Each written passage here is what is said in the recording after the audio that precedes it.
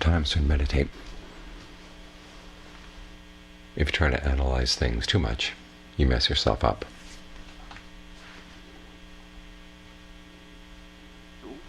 It's like being a millipede.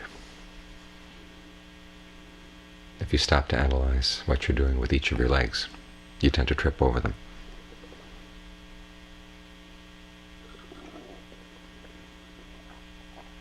So you have to focus simply on doing what you've got to do.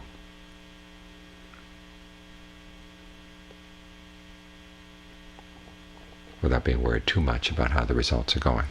Have some confidence in simply staying with the breath, resisting the temptation to go wandering off, will eventually bring the mind to peace. It may not seem peaceful in the beginning, but if you stick with it long enough,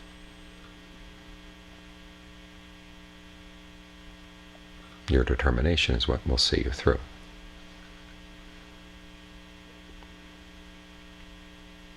But there are other times when you do have to analyze what you're doing. In other words, try the meditation and see what results you get, and try to see the connection between what you're doing and the results.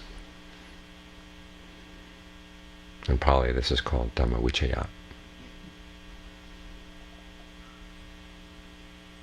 Analysis of qualities. The qualities here specifically are skillful and unskillful qualities in the mind. And to see what's skillful and to see what's not skillful in your mind, you have to notice what kind of results do you get. So it's good at the end of each meditation to notice how it went. When the mind was able to settle down, try to reflect back on what you did, and not just what you did when you meditated, but the mind you brought to the meditation. What did you eat today? What did you talk about today? What did you think about today? How did you try to maintain your mindfulness from one sitting meditation session to the next? Because there is a tendency, while we're sitting and meditating, that you really are observing. The watchman or the supervisor is working. And then when you get up from the meditation, the supervisor goes on vacation.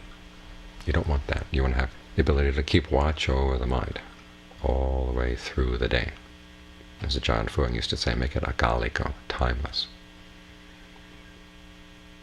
Or John Mun's statement that the practice should be a circle. A circle doesn't have any end, doesn't have any place where it stops. You just keep going around the day, continually. So in what ways riding herd on your mind got you flustered and irritated? In what ways have riding herd on the mind actually helped keep it on a short leash, so you don't have to unwind the long leash that tends to happen when you let it wander off? In other words, when it's a long leash, it's going to wind around a bush, wind around telephone poles, wind around trees, and you have to spend a lot of time untangling it when you settle down to sit and meditate. But if you can keep on a short leash, it's right there. You sit down and bang, you're right here. And then when you're right here, how do you maintain right here? Because you find that some thoughts come up and they just nibble away at the edge of the mind, and it's almost as if the mind can brush them off. Nothing much happens. But other thoughts, they eat right into the center of the mind, and the mind goes out to eat them. And then you're off someplace else. So try to notice, what's the difference between the thoughts? Is the difference in the content of the thought? Some thoughts really do dig into the mind more than others, and sometimes it's simply a matter that the strength of your mindfulness, the strength of your alertness has slipped a little bit, and you've let your guard down.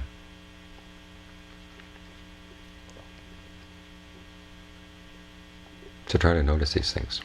The analysis here doesn't have to be very deep. We're not going into psychoanalysis, although you will sometimes, over time, begin to notice larger patterns. But try to notice the specifics. What exactly happened? What exactly did you do? Because many times it's in the specifics that you can see the pattern. If you jump too quickly to trying to see a general pattern, you miss some interesting details, the telling details. that determined whether you were going to get snared by a thought or not.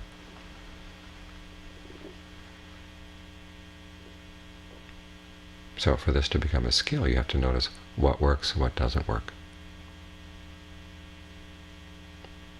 What ways of focusing the mind, what things you focus on, what levels of pressure you bring to the focus, get results, and which ones don't, and which ones get results at certain times and not at other times.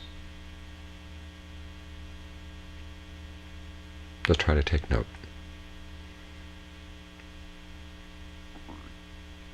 And over time you'll begin to see patterns emerging. You get a better sense of what works in what situation. This is what makes the meditation a skill. Now, as I said at the beginning, though, there are times when too much analysis just gets in the way. You just got to put it aside and to do what you think is going to work at this particular point in time and place.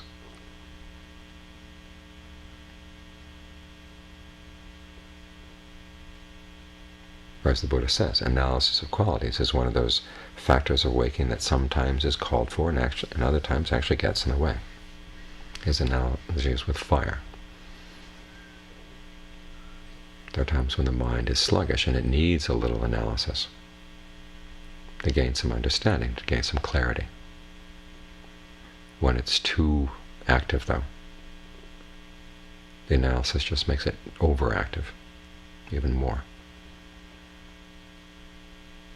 To try to get a sense of time and place for this element in your meditation. His analogy is with fire. When the fire is dying out, you don't pour more dust on top of it, because that just puts it out totally.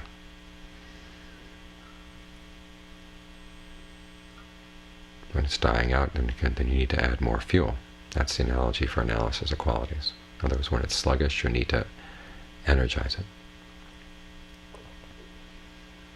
Okay, when the fire is burning at too high a rate, then you don't want to add more fuel. That's the time when you might want to pour a little dust on it. In other words, just be still, still, still as much as you can. Focus on what you're doing, and don't spend a lot of time analyzing the results.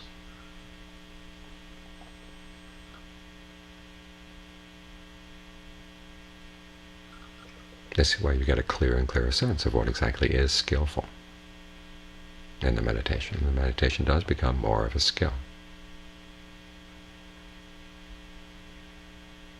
And this is how you become more and more your own teacher, observing what's working and what's not, what needs to be done, what needs to be dropped.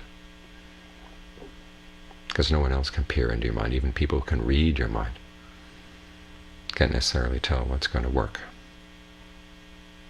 They can have an idea and they may have an intimation, but the details of what works and what doesn't work, those are things you have to determine for yourself. And this is how you do it. Seeing cause and effect. And sometimes the causes and effects are simple little things. Eating a certain food may have an effect on the mind. Talking about a certain topic may have an effect on the mind. So keep watch. Be observant. In an all-around way.